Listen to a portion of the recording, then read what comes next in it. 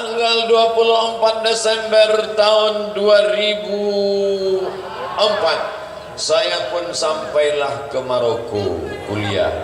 Lalu kemudian 26 kawan di sebelah kamar saya menangis berteriak keras. Namanya tak saya sebutkan, menjaga kode etik jurnalistik.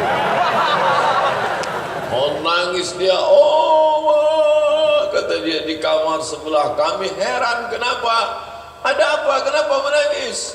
Rupanya baru saja mendapat telepon bahwa keluarga yang berada di Aceh kena musibah besar tanggal 26 Desember tahun 2004. Musibah itu bernama tsunami.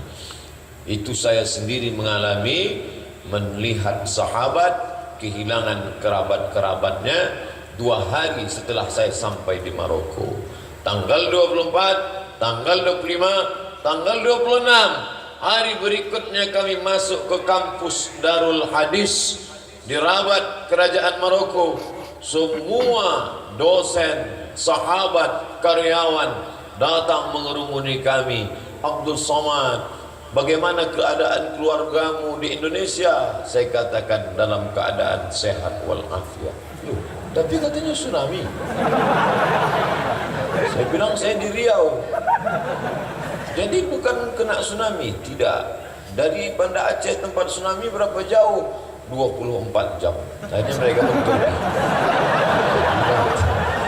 Bukan kau rupanya.